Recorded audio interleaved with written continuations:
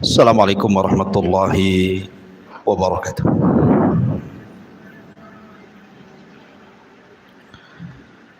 Alhamdulillah wassalatu wassalamu ala Rasulillah wa ala alihi wa sahbihi wa mawalah. Wala hawla wala quwwata illa billahi wa ba'd.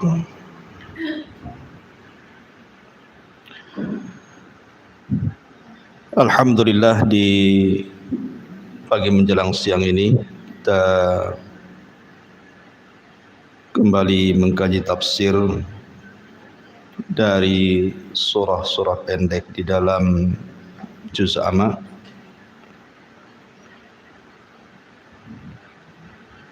Dan surat yang kita akan kaji di pagi menjelang siang ini adalah surah Al-Ghashiyah.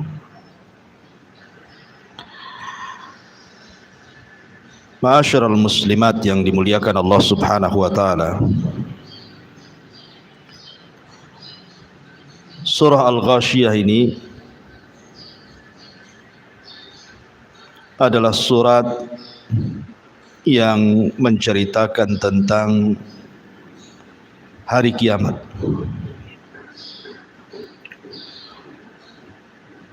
Dan nanti banyak kita akan melalui penjelasan-penjelasan para ulama di mana surah Al-Ghashiyah ini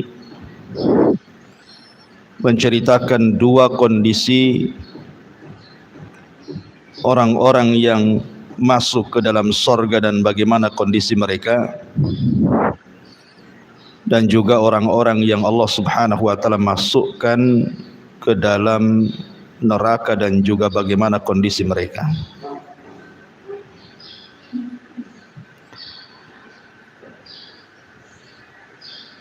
Taib, kita langsung saja karena memang banyak penjelasan yang harus kita jelaskan nantinya. A'udzubillahi minasyaitonirrajim. Bismillahirrahmanirrahim. Hal ataka hadithul ghashiyah. Sudahkah sampai kepadamu ya Muhammad berita tentang Al-Ghashiyah? Apa itu Ghashiyah? Ada yang berpendapat bahwa Ghashiyah itu adalah ismun min asma al-qiyamah, satu di antara nama-nama kiamat. Dan nama-nama kiamat itu di dalam Al-Quran sampai mencapai 82 nama tentang kiamat itu. Ada Al-Qari'ah, kemudian juga Al-Qiyamah, dan begitu seterusnya. Lah, salah satunya dari 82 nama kiamat itu adalah Al-Ghashiyah. Dan dalam kaidah Al-Quran, sebuah peristiwa yang banyak namanya menunjukkan itu bukan peristiwa biasa, tapi peristiwa yang luar biasa. Ya, karena kiamat itu peristiwa yang luar biasa. Tapi juga ada yang mengatakan bahwa Al-Ghashiyah itu ismun min asma'in nar, nama dari nama-nama neraka. Jadi nama neraka itu salah satunya adalah Al-Ghashiyah. Makanya Allah Subhanahu wa taala menyebutkan dalam surah Ibrahim ayat 50, syarabiluhum min qatiran wa taghsha wujuhahumun nar. Pakaian mereka terbuat dari cairan aspal dan wajah-wajah mereka taghsyah. Taghsyah itu artinya tertutupi oleh apa? Oleh api neraka. Taghsha itu sama dengan kalimat ghasyiyah. Jadi di sini ada dua penafsiran. Bisa dimaknai al-ghasyiyah itu satu di antara nama-nama kiamat, dan penafsiran yang kedua, ghasyiyah itu satu di antara nama-nama neraka jahanam. Di sini Allah Subhanahu wa taala mengatakan, hal ataka hadithul ghasyiyah. Apakah khitab dalam ayat ini diberikan kepada Nabi sallallahu alaihi wasallam? Maknanya, sudahkah sampai kepada wahai Muhammad berita tentang kiamat? Ataukah khitab ini kepada setiap orang yang membaca Al-Quran? Maknanya, sudahkah sampai kepada anda yang membaca Al-Quran berita tentang kiamat? Dan dua-duanya bisa dijama, digabungkan. Karena setiap khitab, orang yang diajak bicara, itu disebut khitab. Setiap khitab yang dikhitabkan kepada Rasul juga berlaku kepada umat Rasul. Hal ataka hadithul ghasyiyah. Wujuhu yawma idzin khashi'ah, amilatun nasibah, tasla naran hamiyah. Kemudian Allah Subhanahu wa taala mengatakan, pada hari kiamat banyak wajah-wajah yang tertunduk lagi terhina. Kenapa? Karena mereka bekerja sangat keras, lagi kepayahan, tetapi ujungnya mereka memasuki api neraka yang sangat-sangat panas. Di sini para ulama memberikan catatan kepada kalimat wujuhu yawma idin khashi'ah amilatun nasibah tasla naran hamiyah. Ada yang mengatakan bahwa ayat ini bercerita tentang hari kiamat. Apabila manusia dibangkitkan di padang mahsyar setelah tiupan sangkakala kedua Israfil, maka ada orang-orang yang mereka betul-betul khusyuk, betul-betul khusyuk di hadapan Allah Subhanahu wa taala, dan ingin bekerja keras supaya mendapatkan keridhaan Allah Subhanahu wa taala. Pertanyaannya, apakah bermanfaat? Tentu tidak akan bermanfaat. Karena khusyuk yang bermanfaat, bekerja keras lagi kepayahan dalam beribadah kepada Allah itu hanya bermanfaat kalau dilakukan di dunia. Di akhirat itu tidak akan berlaku lagi.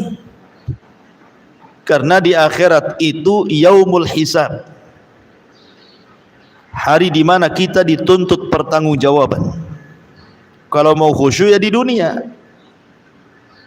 Kalau mau bekerja keras untuk beribadah dan kepayahan dalam ibadah di dunia, baru manfaat untuk akhirat. Makanya Ali radhiyallahu anhu mengatakan, al-yaum yaumul amal wa ghadan yaumul hisab. Sekarang di dunia inilah tempat kita beramal, dan besok di akhirat itu tempat kita dihisab. Jadi kalau ingin khusyuk ya di dunia. Dan ibadah itu memang ada kepenatan, ada kelelahan. Ibu sholat, lelah sholat itu, kalau mau mengikuti betul-betul sunnah Nabi SAW. Karena ibadah itu kan tingkatan-tingkatan.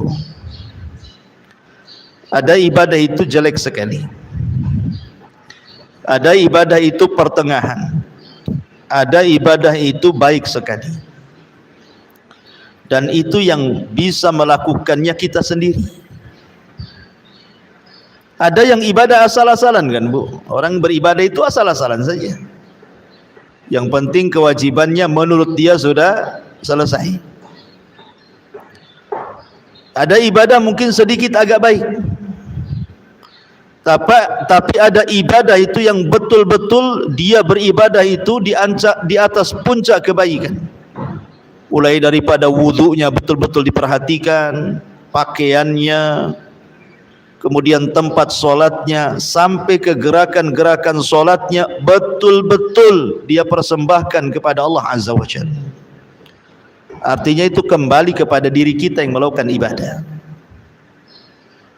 Karena kehusyuan itu dikembalikan kepada kita sebenarnya. Kalau wudunya saja bermasalah, macam mana mau khusyuk solatnya? Tapi kalau dalam berwudu dia sudah memperhatikan betul-betul bagaimana cara wudu Nabi, kemudian masuk ke dalam solat dan dia memperhatikan bagaimana solat Nabi, sallu kama ra'aitumuni usalli, solatlah kalian sebagaimana melihat aku solat, insyaallah dia akan mendapatkan kekhusyuan. Dan ulama ada yang mengatakan bahwa mendapatkan khusyuk itu karena didahului sebelum solat dia tidak pernah bermaksiat. Kalau sebelum solat dia bermaksiat kepada Allah, maka masuk ke dalam solat itu akan sulit mendapatkan kekhusyuan. Karena maksiat itu melahirkan keras hati. Ketika masuk dalam solat, kerasnya hati itu menghilangkan khusyuk. Ya. Kemudian yang kedua, menghadirkan azamatullahi azza wa jalla. Betul-betul dia hadirkan kebesaran dan kemuliaan Allah subhanahu wa ta'ala, bahwa dia itu seorang hamba, seorang yang lemah. Di hadapan dia adalah zat yang sangat kuat, yang sangat kaya, maka dia akan mendapatkan kehusyuan tersebut. Ini penafsiran yang pertama. Maksudnya ayat ini bicara tentang hari kiamat. Ada orang-orang yang mereka ingin khusyuk, ingin bekerja keras supaya diterima oleh Allah subhanahu wa ta'ala, tapi percuma. Makanya lihat bagaimana sebagian orang-orang di neraka itu, di padang mahsyar itu, mereka mengatakan sebagaimana dihikayatkan dalam Al-Quran. Mereka mengatakan, wa qalu absarna wa sami'na na'mal salihan inna muqinun. Ya Rabb, kami sekarang sudah melihat bagaimana jahanam di hadapannya. Ya Rabb, kami sudah mendengar. Kemudian dia mengatakan, absarna wa sami'na na'mal salihan. Kami ingin dikembalikan ke dunia supaya bisa beramal saleh. Dan kami yakin sekarang dengan adanya surga dan neraka. Manfaat? Tidak. Ucapan seperti ini tidak manfaat. Jangankan lagi di akhirat, di alam kubur saja penduduk barzah itu mengatakan, laula akhartani ila ajalin qarib la asaddaqa wa akum minas salihin. Kan? Kalau seandainya Allah subhanahu wa ta'ala berikan kesempatan sekali lagi saya hidup di dunia, maka saya akan sedekahkan seluruh hartaku dan saya akan bergabung bersama orang-orang yang soleh. Manfaat? Tidak ada manfaatnya. Karena ucapan ini diucap setelah kematiannya. Begitu juga setelah terjadinya kiamat, tidak ada manfaat. Tetapi yang bermanfaat itu harusnya ketika dia masih hidup, dia mengatakan sami'na wa ata'na. Dia tidak mengatakan sami'na wa absarna, karena di dunia kan perkara-perkara surga neraka itu kan gaib, tidak melihat.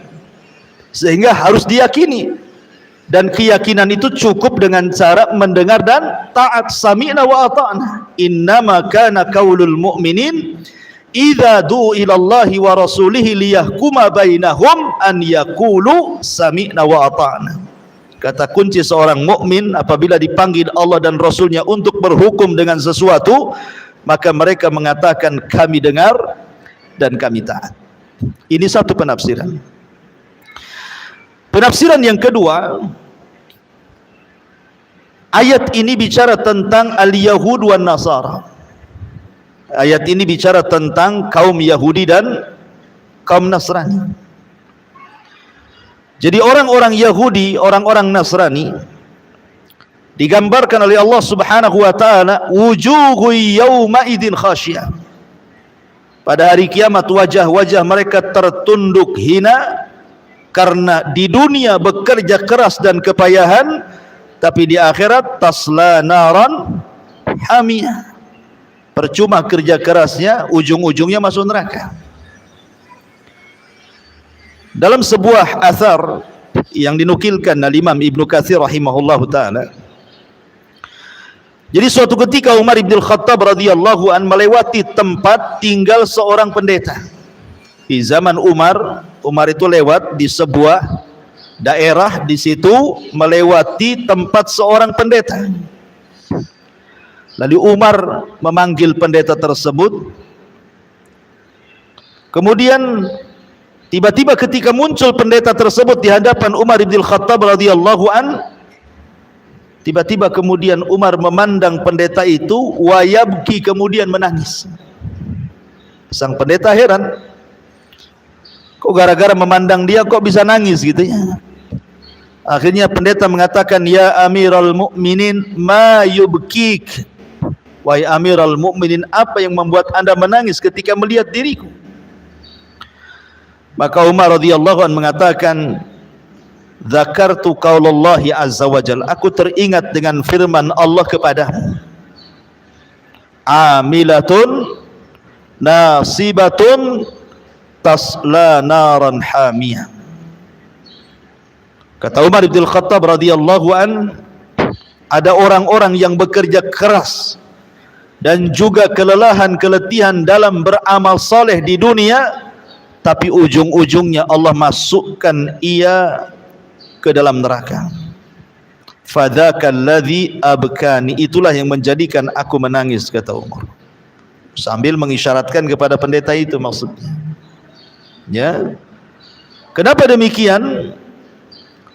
Karena setelah diutusnya Nabi sallallahu alaihi wasallam, seluruh agama tidak berlaku.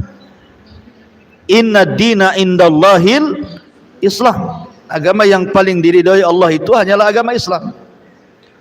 Wa man yabtaghi ghairal islami dinan falan yuqbala minhu. Barang siapa yang mencari selain Islam itu sebagai agamanya, falan yuqbala minhu, dia tidak akan diterima. Cukup sampai di sini tidak? Wa huwa fil akhirati minal khasirin, dan dia di akhirat termasuk orang-orang yang rugi. Kenapa bahasa Quran mengatakan di akhirat termasuk orang rugi? Kenapa tidak Allah katakan di akhirat masuk neraka umpamanya? Di akhirat masuk jahanam, di akhirat akan diadab. Tetapi Allah bahasakan wa huwa fil akhirati minal khasirin, dan dia di akhirat termasuk orang rugi, ya karena di dunia lelah letih ibadah, tapi di akhirat masuk neraka kan rugi. Dia sudah habiskan waktunya, tenaganya, biayanya untuk konon dia menyembah Allah, tapi seluruh daya upayanya ditolak Allah. Qul hal nunabbi'ukum bil akhsarina a'mala alladzina dhalla sa'yuhum fil hayatid dunya wa hum yahsabuna annahum yuhsinuna sun'a. Maukah kuhabarkan kepada kalian, kata Allah, orang yang paling rugi amalannya, mereka lah orang-orang yang sudah berupaya keras di dunia, wa hum yahsabuna annahum yuhsinuna sun'ah, sementara mereka mengira bahwa usahanya itu sebuah kebaikan, padahal bukan kebaikan. Itulah orang-orang yang merugi. Jadi ada juga yang mengatakan bahwa ayat ini turun kepada Yahudi dan Nasrani. Ada juga yang mentafsirkan bahwa ayat ini turun kepada Khawarij, kelompok Khawarij. Karena kelompok Khawarij itu amilatun nasibah tasla naran hamiyah. Orang-orang Khawarij itu luar biasa bu solatnya. Solat mereka jauh lebih hebat dibandingkan solat kita. Baca Quran mereka jauh lebih hebat dibandingkan baca Quran kita. Puasa mereka jauh lebih mulia, lebih hebat dibandingkan puasa kita. Tapi kenapa kemudian akhirnya mereka masuk neraka? Dan Rasul katakan yamruquna minad-din kama yamruqus sahmu minar ramiyah. Mereka melesat dari Islam seperti anak panah keluar dari busurnya. Karena amalan mereka tidak mencontoh Nabi. Amalan mereka tidak mencontoh Nabi, makanya kemudian percuma amalannya, karena amalan yang tidak mencontoh Rasul. Kata Nabi SAW, man amila amalan laisa alaihi amruna fahuwa raddun. Barang siapa yang beramal yang tidak ada perintahnya dalam urusan kami, kata Rasulullah, maka amalan itu tertolak. Mardud, rad itu artinya ditolak, percuma. Jadi orang-orang Khawarij itu, makanya suatu ketika ada seseorang yang datang kepada Imam Al-Hasan Al-Basri rahimahullahu ta'ala. Hasan Al-Basri mengatakan, sesungguhnya orang-orang Khawarij itu sebenarnya bukan beramal karena Allah. Mereka sedang beramal karena dunia.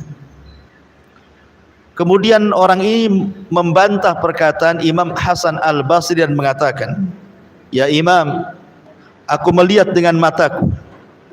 Mereka, maksudnya orang-orang Khawarij itu, mereka rela keluar dari rumah-rumah mereka, meninggalkan anak istri mereka, mengorbankan dunia mereka, bahkan mereka rela berperang sampai kemudian gugur di pertempuran.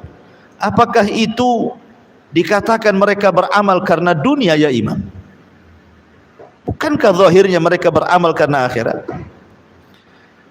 Kemudian Imam Hasan Al-Basri membantah orang ini dan mengatakan, karena kan orang-orang Khawarij itu kebiasaan mereka memberontak kepada pemerintah yang sah. Ya, dan itu kita bisa lihat sejarah-sejarah bagaimana orang-orang Khawarij berperang melawan Ali bin Abi Thalib selaku khalifah kaum muslimin, sampai mereka bertempur habis-habisan. Mereka rela mati gitu ya dalam peperangan itu. Jadi Hasan Al-Basri mengatakan, saya tanya kepada kamu, apakah pemerintah melarang sholat sehingga harus diperangi? Tidak. Apakah pemerintah melarang kalian berpuasa sehingga harus diperangi? Maka orang ini mengatakan tidak. Apakah pemerintah melarang haji sehingga harus diperangi? Orang ini mengatakan tidak. Apakah pemerintah melarang engkau berpakaian muslim seperti ini? Dia mengatakan tidak. Apakah pemerintah melarang ibadah-ibadah? Tidak. Kenapa harus diperangi? Kalau memang pemerintah membiarkan kita sholat, membiarkan kita puasa, membiarkan kita haji, membiarkan kita berpakaian muslim, membiarkan kita beribadah, lalu apa gunanya Anda menyerang pemerintah itu apa? Kan tujuan kita untuk ibadah. Lah kita sudah bisa ibadah, kenapa kemudian diserang? Tujuan kita ini wa ma khalaqtul jinna wal insa illa liya'budun, dan kita sudah bisa beribadah dengan tenang. Apalagi yang Anda cari? Kenapa Anda membuat kerusuhan untuk supaya ibadah kita tidak tenang jadinya? Ya.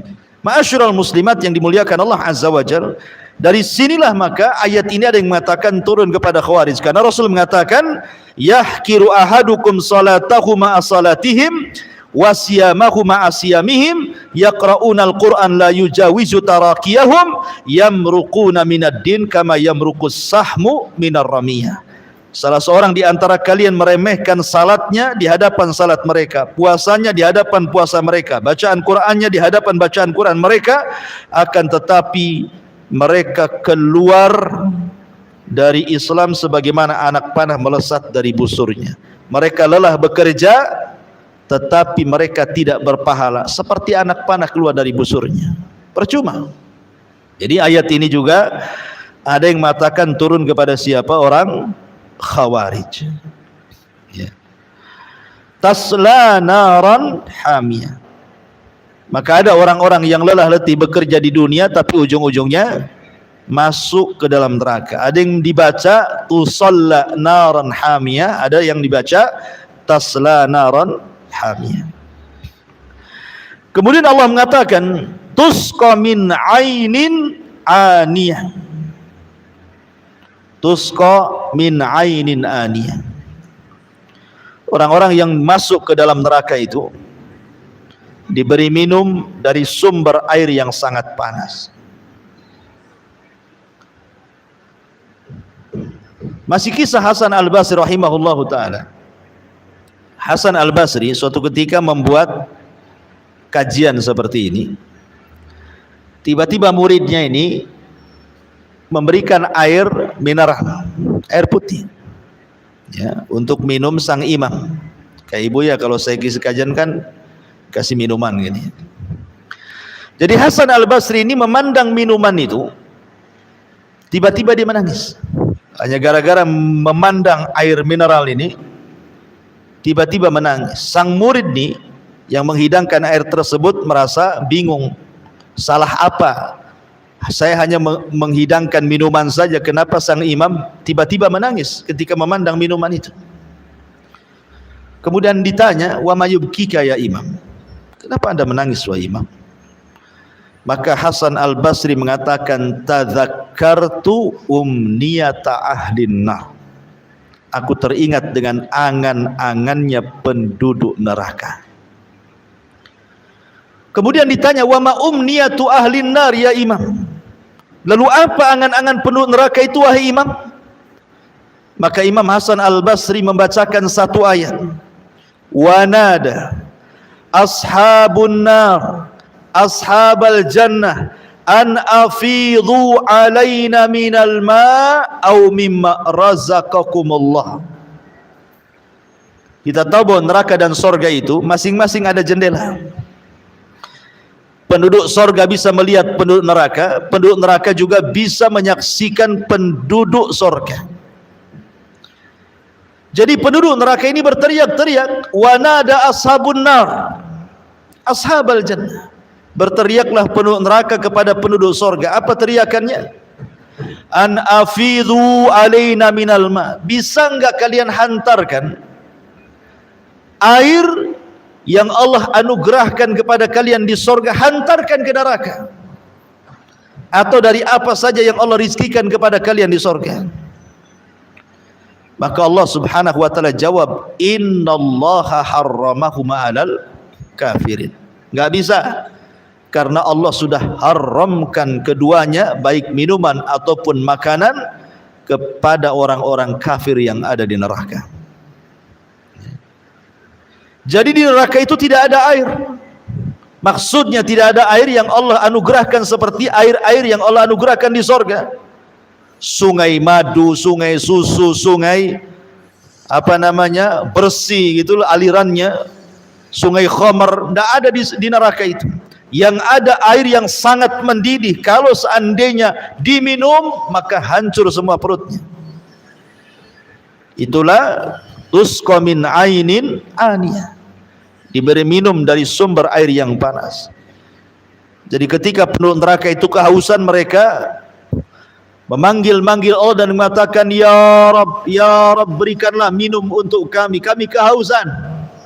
Maka mereka akan disuguhkan air minum yang sangat panas sekali, yang menghancurkan seluruh badannya. Kemudian Allah mengatakan, laisa lahum ta'amun illa min dharih. Laisa lahum ta'amun illa min dharih. Tidak ada makanan bagi mereka penduduk neraka selain daripada pohon dhari'. Apa pohon dhari'? Ada yang mengatakan bahwa pohon dhari ini sejenis tumbuhan yang banyak durinya. Tumbuhan yang banyak durinya. Dan tumbuhan itu buahnya disebut dhari karena ada racun. Ya. Ada racun yang kalau seandainya tumbuh di bumi, binatang pun tidak mau dekat karena beracun. Jadi buahnya banyak durinya dan beracun. Ya. Ini dhari yang ada di bumi. Bagaimana dhari yang ada di neraka? Tentu makanan ini sangat-sangat luar biasa, tidak bisa dimakan dan bisa menghancurkan tenggorokan. Belum lagi sampai ke perut, tenggorokan sudah hancur karena banyak durinya. Ketika dia hendak memasukkan air untuk mendorongnya, malah hancur semuanya. Kenapa kemudian disebut dhari'? Dhari' ini artinya tadarru'. Tadarru' itu memelas bahasa kitanya. Ya. Karena ketika makanan ini dimakan, dia memelas kepada Allah supaya dikeluarkan.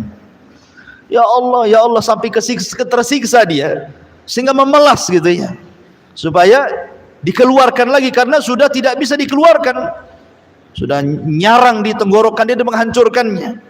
Makanya kemudian disebut dhari, karena dia tadarru, memelas kepada Allah untuk dikeluarkan, tapi tidak bisa karena sudah masuk ke dalam rahang dia dan menghancurkan rahangnya. Sebelum ke perutnya, rahangnya sudah hancur duluan. Ma'asyiral muslimat yang dimuliakan Allah Azza wa Jalla,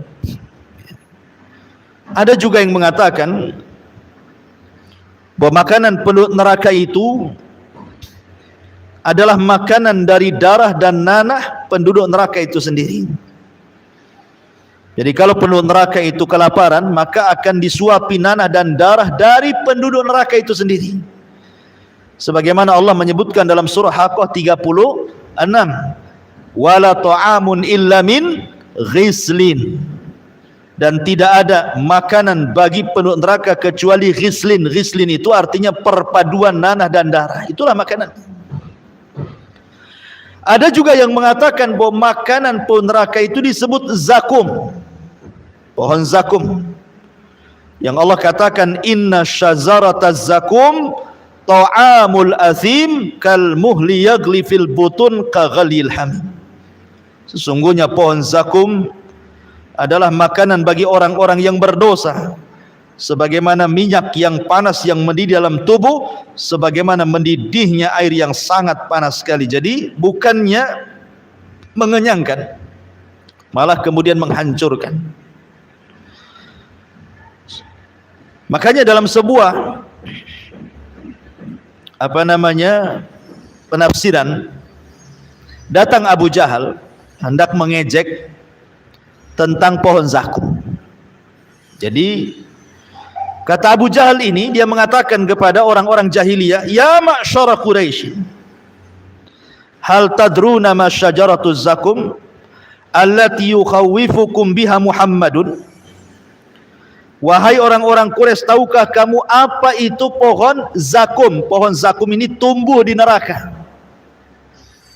akarnya sampai ke dasar jahanam. Jadi Abu Jahal ini ingin mengolok-olok Nabi dan mengatakan, wahai orang-orang Quraisy, tahu nggak kalian pohon zakum itu? Yang Muhammad itu selalu menakut-nakuti kalian dengan pohon itu. Maka orang itu mengatakan, la ya Abu Jahal, tidak, kami tidak tahu apa itu zakum. Apa kata Abu Jahal? Zakum itu adalah ajwatu yathriba bizubad atau bizubdi, wallahi la in istamkanna minha lanazkumannahan tazakkuman. Kata dia, zakum itu kurma Madinah. Kata Abu Jahal itu kurma Madinah loh, kata. Bukan apa-apa, kata Abu Jahal itu. Kemudian dia mengatakan, demi Allah, seandainya saya bisa mendapatkan pohon zakum, niscaya saya akan memakan pohon itu dan akan memakan dari buahnya sepuas-puasnya. Ini kan kurang ajar kan, mengejek. Ya, Abu Jahal mengejek Nabi SAW, mengejek ayat-ayat Al-Quran. Padahal lihat bagaimana Nabi SAW mengatakan, lau anna qitratan minaz zakum, kalau seandainya ada satu getah, ya, getah dari pohon zakum itu, qutirat, menetes di bumi, la amarrat ala ahlil ardi aisyahum fa kaifa man laisa lahum ta'amun illa zakum. Maka niscaya akan merusak kehidupan seluruh penghuni bumi. Bagaimana lagi dengan mereka yang tidak ada makanan kecuali pohon zakum itu. Jadi kalau seandainya getahnya saja, satu tetes saja, itu getah zakum neraka itu diteteskan di bumi, satu dunia makanan akan rusak, satu dunia minuman akan rusak, tidak bisa dimakan dan minum. Itu baru getahnya tuh, kata Rasul. Gimana kalau makan? Maka di sini apa yang dikatakan Abu Jahal itu hanya hendak memperolok-olok Al-Quran dan Nabi SAW. Dan semua makanan dan minuman di sorga itu, kata Allah, la yusminu wa la yugni minju, tidak menggemukkan dan tidak menghilangkan lapar. Ibu kalau lapar kemudian makan, pasti kenyang. Apalagi kalau biasanya makan satu piring, ibu makan 3 piring, pasti kenyang. Coba saja, ya. Kalau ibu haus nih, ibu minum 1 gelas, apalagi 1 jerigen, hilang tuh hausnya, yang ada kembung perut kan itu. Tapi ini makanan ini, ketika lapar dimakan, bukan makin kenyang, makin lapar. Dan ketika minuman itu diminum, bukan hilang hausnya, makin kehausan. Makanya Allah mengatakan la yusmin wa la yughni min ju', tidak menggemukkan dan tidak pula menghilangkan lapar. Orang kalau banyak makan kan lama-lama gemuk kan, ya. Apalagi kalau sudah makan malam pasti gemuk. Tetapi makanan di neraka itu sama sekali tidak menggemukkan dan juga tidak mengenyangkan. Ini disebut kondisi halu ahli nar. Kemudian Allah Subhanahu wa taala mulai menjelaskan bagaimana kondisi penduduk surga. Ya. Begitulah Allah kalau menyebutkan neraka pasti setelah menyebutkan surga. Ya, karena dalam teori dakwah juga ada namanya targhib, ada namanya tarhib. Ada sifatnya menakut-nakuti, ada sifatnya memberi kabar gembira, biar seimbang, biar orang enggak takut terus. Maka diceritakan sorga, biar tidak menangis juga terkadang tersenyum dan tertawa. Allah mengatakan wujuhun yauma idzin na'imah. Pada hari itu ada wajah-wajah yang berseri-seri. Na'imah itu artinya wajah orang yang tidak pernah susah hidupnya. Itu disebut na'imah. Karena membedakan wajah orang sulit, orang susah dengan wajah orang yang gembira dan senang itu nampak di dunia saja, Bu. Ada anak kecil usia 3 tahun umpamanya. Yang satu anak pejabat, ya, hidupnya di gedung mewah, fasilitasnya luar biasa, bajunya bagus-bagus, makanannya enak-enak, terawat, ada AC-nya, ada pembantunya, semua nikmat isi rumahnya. Dengan anak usia 3 tahun tinggal di Ruli, kan beda, Bu, ya? Ya, sudah ngontrak, kemudian cuman 2 meter pula tingginya, pakai seng, kalau panas kayak di open. Ya, nggak punya pakaian, makanannya juga kadang ada yang dimakan, kadang enggak. Coba kumpulkan 2 anak itu, kan nampak tuh bedanya kan? Ya. Nampaklah bedanya. Kalau anak yang orang susah sekali kan, bajunya saja kadang-kadang penuh dengan pulau, ya, entah pulau apa tuh di bajunya tuh. Karena tidak punya nggak mampu membeli Baiklin-nya untuk nyuci. Ya, yang penting dikucek sajalah ya. Kemudian dari kulitnya juga beda gitu ya. Tetapi anak orang kaya kan nampak. Itulah disebut kalau ada orang hidup di tempat nikmat, maka disebut wajahnya itu disebut naimah, berseri-seri. Jadi orang yang mendapatkan nikmat dengan orang yang tidak akan dapat nikmat itu dari wajahnya nampak, Bu. Orang kalau senang, kalau orang awam itu senang-senang, kadang-kadang siul nggak jelas, kan? Senyum, senyum, siul gitu ya. Tapi kalau lagi sulit tuh diem, kemudian mukanya masem, maunya emosi gitu ya, kan nampak tuh. Di dunia saja nampak tuh naimah dengan tidak naimah tuh. Apalagi di sorga. Saya contohkan sebuah hadis. Didatangkan nanti di hadapan Allah pada hari kiamat, min an'ami ahli dunia. Orang ini ketika di dunia termasuk orang yang paling diberikan nikmat. Bayangkan bahasa hadis menggunakan isim tafdil, an'am ahli dunia. An'am itu artinya tidak ada kenikmatan kecuali Allah berikan kepada dia. Rumahnya megah gitu ya, uangnya banyak, fasilitas nikmatnya, pokoknya hidupnya sejak lahir sampai mati senang saja, tidak pernah susah.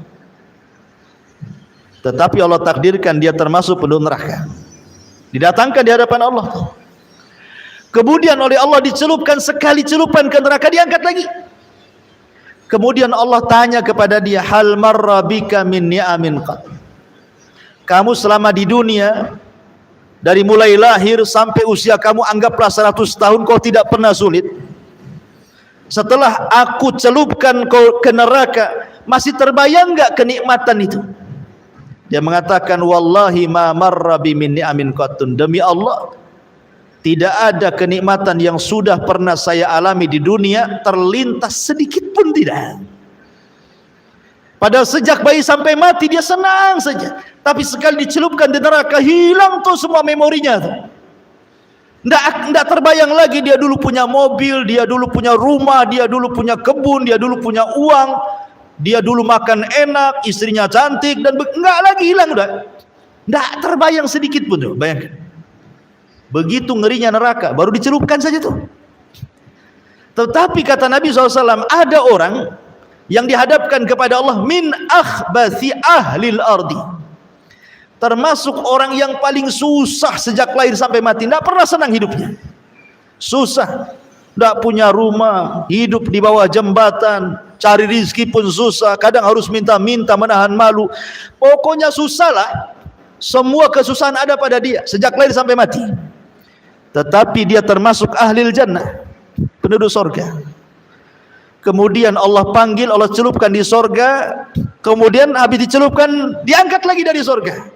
Kata Allah, hal marra bika min bukhsin qat, apakah masih ingat keperitan hidup dulu kau di dunia ya, kau diusir sana sini, dihina sana sini gitu ya, masih teringat enggak? Dia mengatakan, demi Allah tidak teringat sedikit pun. Hanya gara dicelupkan di sorga, semua memori susah di dunia itu hilang semua. Seperti itu loh gambaran neraka dan sorga. Lah di akhirat itu orang-orang yang beriman memiliki 4 wajah. Di akhirat itu orang-orang yang beriman memiliki 4 wajah.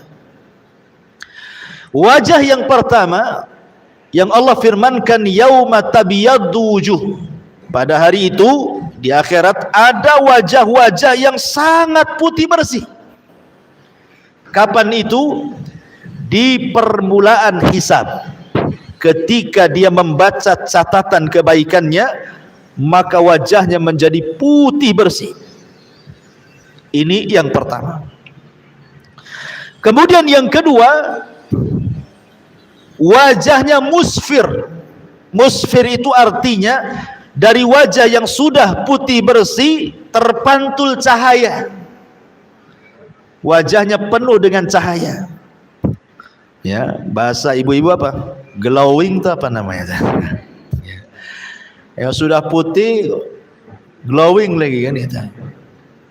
Jadi timbul tuh cahaya tuh. Kapan itu? Saat selesai membaca catatan. Dari wajahnya yang sangat putih bersih terpancar sinar. Sudah putih bersinar lagi, musfir. Wujuhu yawma idin musfirah, dhahikatum mustabsirah, dan dia pun tertawa karena senang. Ini dua wajah sebelum masuk surga. Ya, dua wajah ini sebelum masuk ke dalam surga. Awal hisab dan akhir hisab. Ketika masuk ke dalam surga, inilah wajah yang disebutkan dalam surah Al-Ghasyiyah ini. Wujuhu yawma idzin na'imah. Ketika dia melihat surga dengan istana-istananya, dengan sungai-sungainya, dengan taman-tamannya, dengan para pembantunya, dan begitu seterusnya, mulai dia berseri-seri, senyum, kan begitu Bu, kalau lihat nikmat tuh kan di dunia saja senyum Bu ya. Ibu kemudian ketiban duren, bukan asli ya, kalau asli habislah kepala. Maksudnya ketiban duren, tahu-tahu dapat uang banyak miliaran, kan senyum-senyum saja Bu. Kenapa? Tenang, hutang rumah selesai, hutang kulkas selesai, hutang ini selesai, semua selesai. Senyum aja dia kan. Itu kalau dapat nikmat. Tapi kalau datang tagihan listrik Bu, itu kan lain tuh. Udah stres nih, listrik mau naik nih. Jadi di dunia saja nampak gitu kalau melihat sebuah nikmat itu, apalagi di sorga yang kenikmatannya tidak bisa dilihat, baru mereka lihat. Kenikmatannya tidak bisa didengar dan tidak pernah mendengar. Di dunia tiba-tiba betul-betul dia mendengar. Di akhirat seperti apa? Melihat, mendengar, dan sudah tidak dibayangkan karena sudah di dalam surga. Ya tentu wajahnya naimah berseri-seri. Kemudian yang terakhir adalah wajah-wajah yang radhiyah. Yang radhiyah itu senang, redha gitu ya. Orang redha kan senang Bu. Di dunia saja orang redha itu senang, walaupun susah, yang penting kan redha gitu ya. Ini 4 wajah bagi ahlul imani wal islam, bagi orang yang beriman dan orang Islam. Wujuhun yawma idzin na'imah li sa'yiha radiyah. Mereka redha, mereka senang karena usahanya sendiri. Ibu kalau sholat, kemudian habis sholat senang karena ibu sudah melaksanakan perintah, ya. Kemudian ibu puasa, senanglah kalau sudah berpuasa itu kayak senang, plong gitu ya, ikhlas. Kapan lagi puasa Ramadan, ditunggunya sama dia, ya, masih nengok almanak gitu ya. Kemudian ibu sedekah kayaknya puas, kalau ngasih uang sama orang miskin itu kayak puas. Kapan lagi kalau saya punya rezeki saya kasih lagi gitu. Itu namanya radhiyah. Kalau orang beribadah seperti itu saja Bu, radhiyah, itu di dunia itu senang sekali rasanya. Kayaknya plong gitu ya. Tapi kalau ibadah itu tidak redha, terpaksa Bu, maka kesannya malas-malas. Nggak senang melakukan ibadah itu. Kalau sudah datang waktu sholat gitu kan, aduh sholat lagi nih, belum tidur azan, dari mulai itu kan gelisah dia ya. Jadi akhirnya kemudian ibadah itu jadi beban bagi dia. Kayak ibu punya utang sama orang, kalau sudah dibayar tuh plong gitu ya. Gitu juga, jadi sholat itu hanya sekedar melaksanakan kewajiban saja. Kalau sudah sholat kayaknya plong. Plong itu maksudnya bukan senang, tapi kayaknya sudah terbayar tuh utang tuh, begitu ya. Jadi ada orang-orang di dunia saja kita melaksanakan ibadah penuh ikhlas, ridho, ditunggu kapan sholat asar datang, itu sudah bagi kita itu tidak terbebani semua ibadah itu. Apalagi di sorga yang tidak ada ibadah sama sekali. Ma'asyiral muslimat yang dimuliakan Allah Azza wa Jalla, maka orang yang merasa redha dengan ibadahnya, maka itu orang yang akan mendapatkan redha dari Allah. Jadi kalau dia redha dengan ibadahnya sendiri, maka itu sebab terbesar mendapatkan keredhaan Allah. Demi Allah Bu, mendapatkan keredhaan Allah kata para ulama itu bukan perkara sulit, asal kita mau melakukannya. Contoh umpamanya yang ringan saja, kalau ibu habis makan, ibu mengucapkan alhamdulillah. Habis minum mengucapkan alhamdulillah. Dalam setiap hal ibu katakan alhamdulillah. Katakan alhamdulillah ala kulli hal, pada setiap kondisi. Mau susah, alhamdulillah. Ya, sesusah-susahnya saya masih bisa makan. Tuh sebelah itu sesusahnya dia susah sampai kurus. Nah, itu ya. Dia masih bersyukur gitu maksudnya ya. Dengan yang ada itu masih disyukuri. Itu salah satu sebab terbesar ibu mendapatkan ridha Allah. Karena memang orang yang seperti ini menerima apapun yang diberikan oleh Allah Azza wa Jalla, itu syarat terbesar untuk dapat ridha. Ketika dia ridha dengan apa yang diberikan oleh Allah, maka Allah pun ridha kepada dia. Ketika dia tidak ridha akan apa yang diberikan Allah, maka Allah pun tidak akan ridha kepada dia. Karena orang yang tidak ridha dengan pemberian Allah, biasanya dia menjadikan Allah itu objek celaan. Biasanya seperti itu. Orang yang tidak ridha nih pemberian Allah, Allah jadi objek celaan kita tuh. Ya. Ya Allah, kenapa aku saja yang susah? Kenapa enggak sebelah saja disusahkan tuh? Nah, itu ya. Kasih aku aja yang sakit bertahun-tahun, kenapa orang itu sehat-sehat saja? Ya. Kasih aku aja anaknya nakal, kenapa orang anak-anak baik, anak-anak orang itu baik? Ya, karena engkau tidak mendidiknya kan gitu. Jadi malah Allah yang disalahkan tuh. Ya, jangan seperti itu. Ya, lisa'yiha radiyah. Mereka senang karena usahanya sendiri, maksudnya saat masih di dunia mereka beramal soleh, mereka salat, puasa, membayar zakat, haji, membaca Quran, mereka menjaga diri dari hal-hal yang haram, sehingga di akhirat mereka mendapatkan balasan di mana Allah akan ridha kepadanya. Kemudian Allah mengatakan fi jannatin 'aliyah. Mereka akan masuk ke dalam sorga yang tinggi. Sorga itu bertingkat-tingkat.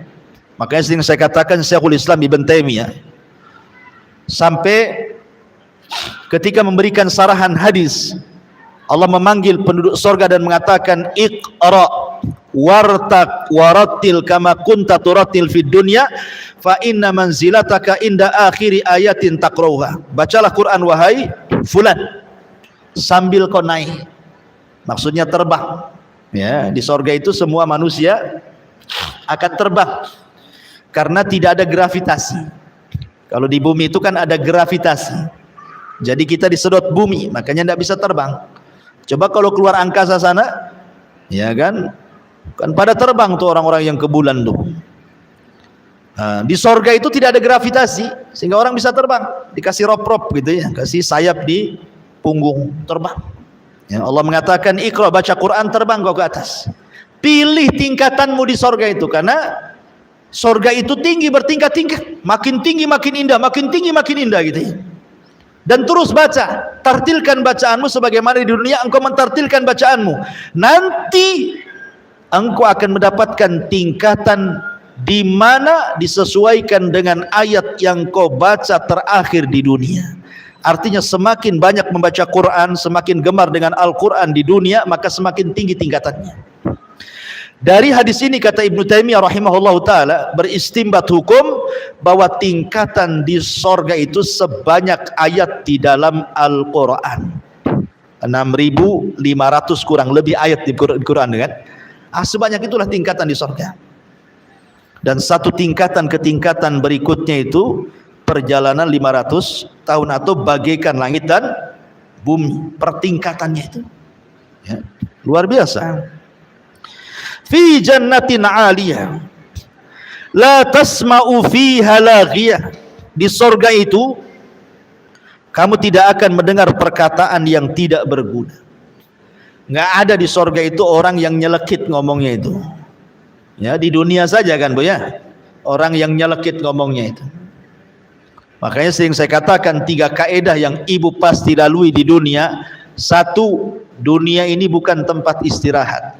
2, ibu tidak mungkin selamat dari ucapan manusia. 3, ibu pasti mati. Ya.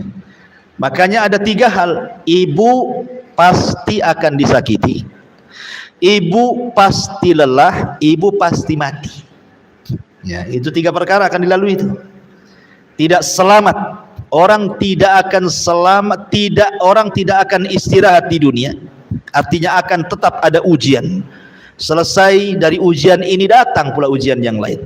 Selesai ujian yang lain, datang pula ujian yang lainnya. Begitulah dunia, darul bala, tempat ujian. Manusia tidak akan selamat dari ucapan manusia. Ibu mau sembunyi di mana saja tetap ibu diomongin orang. Ya, coba saja Bu, ibu menghindar dari ucapan manusia, ngurung diri, jangan pernah keluar. Tutup jendela, tutup pintu, tutup ventilasi. Ya kan? Tetap saja orang mengatakan, jangan-jangan itu sakit jiwa orang itu tidak pernah keluar, gitu ya kan? Ya, padahal niat dia supaya jangan salah ngomong, salah bergaul, sehingga dia ngurung diri. Itu saja dibilang gila, dibilang sakit jiwa kan? Artinya orang nggak mungkin lepas. Makanya biarkan orang bicara Bu, biarkan, capek sendiri dia.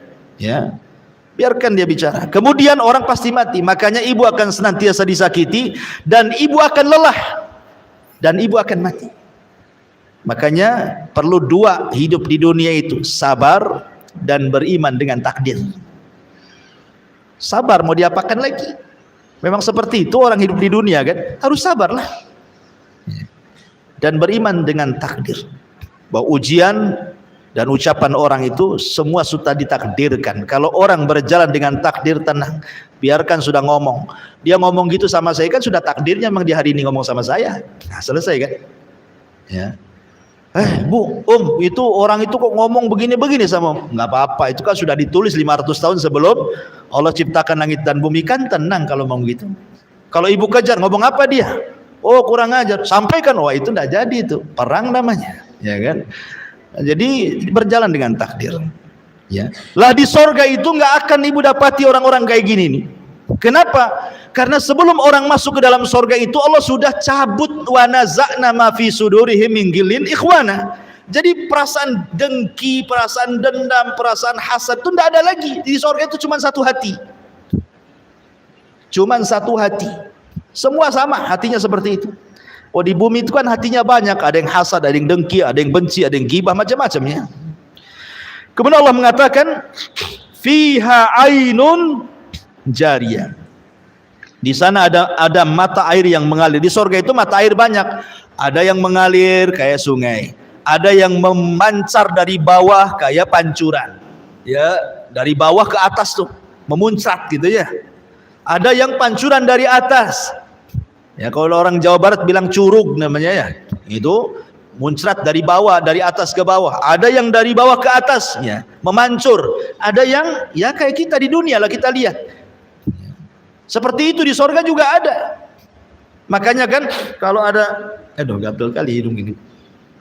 Jadi kalau ada nih, kita lihat tempat rekreasi coba kan, yang didatangi orang itu kan.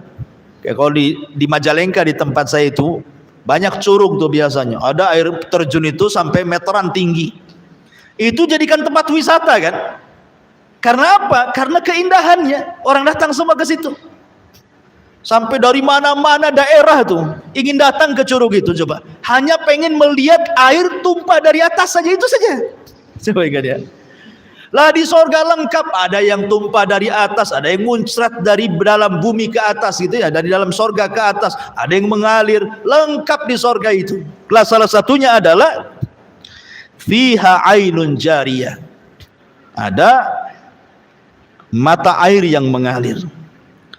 Kalau Allah mengatakan fiha sururun marfu'ah, di sana ada dipan-dipan yang ditinggikan. Dipan-dipan yang ditinggikan. Ada yang mengatakan, sebagian penafsiran, surur di sini artinya bidadari. Ya, bidadari. Termasuk kalau ibu-ibu Allah takdirkan masuk ke dalam sorga, maka ibu bagian daripada sururun. Ya. Karena ibu lebih hebat, lebih indah, lebih cantik dibandingkan bidadari. Sebagaimana perkataan Ummu Salamah. Ummu Salamah ngomong sama Nabi, ya Rasulullah, kenapa Al-Quran masih cerita bidadari saja dan tidak cerita orang wanita dunia yang masuk surga? Jadi Ummu Salamah ini ngomong begitu ya. Kok di Quran kan semua kalau mensifati wanita-wanita itu, maksudnya wanita surga, yang disifati bidadari semua. Lah kami nih kalau masuk surga ya Rasulullah, bagaimana kondisi kami? Maka Rasul mengatakan, engkau wahai Ummu Salamah dan semua wanita dunia yang masuk surga jauh lebih indah dibandingkan bidadari. Kenapa? Karena Anda masuk surga dengan kepayahan, dengan sholat, puasa, zakat, haji, macam-macam, ya kan, baru masuk surga. Sementara bidadari sudah ada di surga tanpa ada kepayahan, ya. Dan marfu'ah di sini maksudnya marfu'ah itu dihilangkan. Marfu itu artinya dihilangkan, diangkat, itu artinya marfu, ya.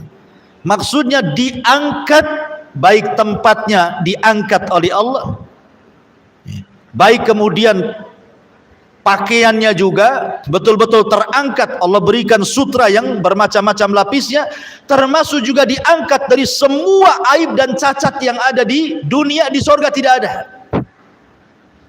ya. Ibu tidak berak, ibu tidak kencing, ibu tidak mengeluarkan dahak, ibu tidak meludah, ibu tidak ada haid, ibu tidak nifas, gitu ya. Ya, badannya pun tidak bau, keringatnya juga minyak misik yang keluar, gitu. Kalau di bumi kan sesuai yang ibu makan kan keringat itu. Makan jengkol bau jengkol keringat. Makan pete bau pete kan itu. Jadi di sorga itu yang keluar ya keringat, karena beraknya penduduk sorga itu ya keringat. Kalau kita kan betul-betul kotoran yang keluar kan. Kalau di sorga itu makan gak ada berhenti, tapi tidak buang hajat. Cara membuangnya dengan keringat itu, dan keringatnya wangi. Jadi di sorga itu semua terangkat. Yang kurang-kurang cantik di bumi semua cantik di sorga itu. Nggak perlu ke salon, nggak perlu tusuk sana tusuk sini, benang sana benang sini, silikon sana silikon sini, nggak perlu. Ya, di sorga itu sudah indah dengan sendirinya. Itu maksudnya marfu. Ada juga mentafsirkan seperti itu. Ya. Ini cerita soal kenikmatan bidadari dan wanita-wanita yang masuk sorga, ke dalam sorga di atasnya bidadari, ya. Dan sekarang lagi viral, ya, gara-gara seorang ustazah cerita bidadari jadi viral, jadi di medsos itu. Ketika ada penggiat sosial justru meledek soal bidadari, naudzubillah.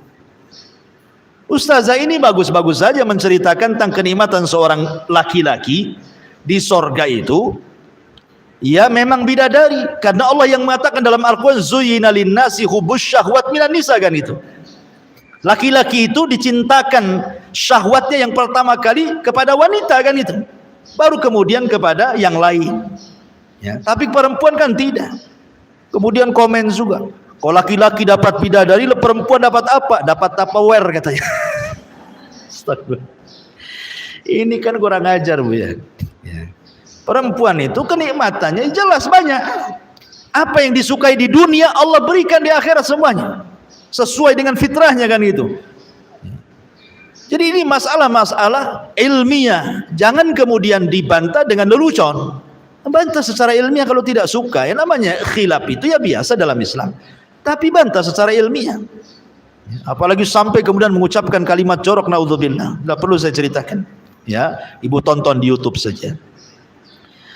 Dan jangan lupa juga YouTube Humairah Channel. Kemudian wa aqwabun maudhu'ah, dan gelas-gelas yang tersedia. Maudhu'ah itu maksudnya, jadi gelas yang diminum itu, pamannya datang nih, ibu mau minum apa? Madu ke, susu ke, asir ke, terserahlah. Air surga itu semua enak, ya. Jadi kalau kita di dunia ini, contoh nih mau minum es durian, ya.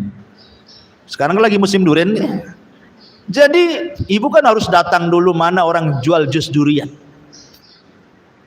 Cari dulu, baru dapat. Ya. Baru pulang. Sampai rumah rupa gula ditaruh. Udah 2 hari nggak bisa diminum.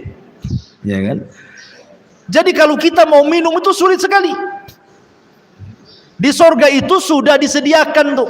Apa yang terbayang pengen minum apa itu sudah ada. Dan setelah diminum gelasnya bersih sendiri, kemudian terletak di tempatnya masing-masing. Ibu ini kalau mau makan, coba habis makan nyuci piringnya, ya kan? Habis cuci piring dikeringkan piringnya, habis kering baru diletakkan di tempat piringnya. Susah kali mau kerja di dunia ini, mau makan saja susah gitu ya. Mau makan aja sulit, harus dibersihkan pancinya, ininya, itu macam-macam. Di surga nggak ada. Itu maksudnya wa aqwabu mawdu'ah. Jadi tidak perlu nyuci piring, nggak perlu nyuci gelas, nggak perlu naruh di tempatnya, tertaruh sendiri gitu ya. Siapa yang mengantar? Yang mengantar itu anak-anak kecil, wildanun mukhalladun. Jadi ada anak-anak kecil yang lucu-lucu di surga itu. Dia tidak pernah besar.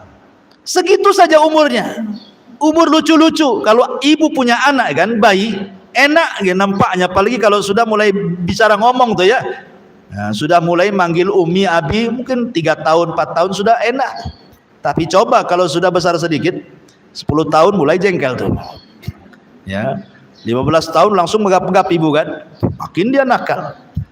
Ya, sudah tua anaknya mau nyekik saja, katanya durhaka sama orang tuanya. Jadi di sorga itu anak-anak itu tidak pernah dewasa ya, umuran lucu-lucunya mereka lah yang bawa gelas, yang ngasih minuman, kan enak tuh. Ya, kenikmatan yang luar biasa. Yatufuna alaihim wildanun mukhalladun. Kemudian wa namariku masfufa. Dan namarik, bantal-bantal sandaran yang tersusun. Ya. Kita kan di rumah kalau kenapa orang beli kursi bagus-bagus ya, supaya enak kan duduknya ya, daripada ruangan yang ada kursinya nyandar di tembok ya. Sakitlah punggung ini nyandar tiap hari nyandar di tembok ya kan kalau bisa beli kursi yang bagus sampai mahal jutaan, ratusan juta pun ada gitu. Surga nggak usah beli ya, sudah ada bantal-bantal sandarannya. Wazarabiyu mabthusah. Kemudian permadani yang terhampar, sajadah gitu ya. Dan namarik itu biasanya sajadah-sajadah yang digunakan para pejabat, orang-orang kaya, para penguasa. Orang-orang miskin tidak punya, paling tikar kalau kita ini ya. Jadi itu diberikan kepada penduduk surga. Kemudian setelah itu Allah mengatakan afala yang duruna ilal ibili kaifa khuliqat. Sampai di sini Allah ceritakan penduduk surga, kemudian beralih ke tema yang lain. Afala yang duruna ilal ibili kaifa khuliqat. Maka tidakkah mereka memperhatikan bagaimana unta diciptakan? Kenapa, apa hubungan cerita surga dengan diciptakan unta?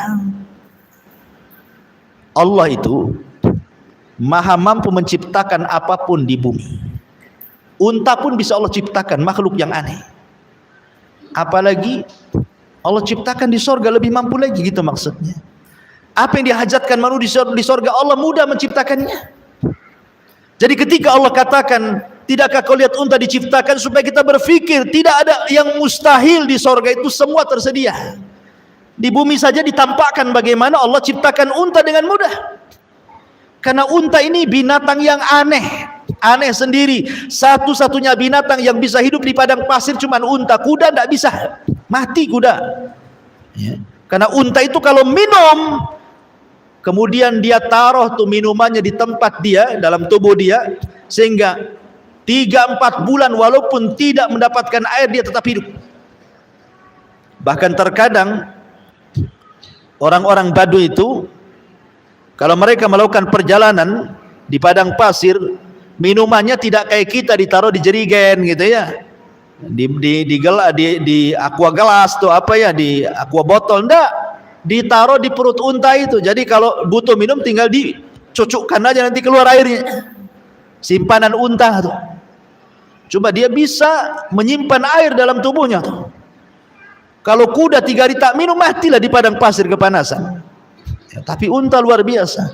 Dan unta itu binatang yang paling jeli. Kalau dia pergi sekali saja, dia bisa pulang tanpa nyasar.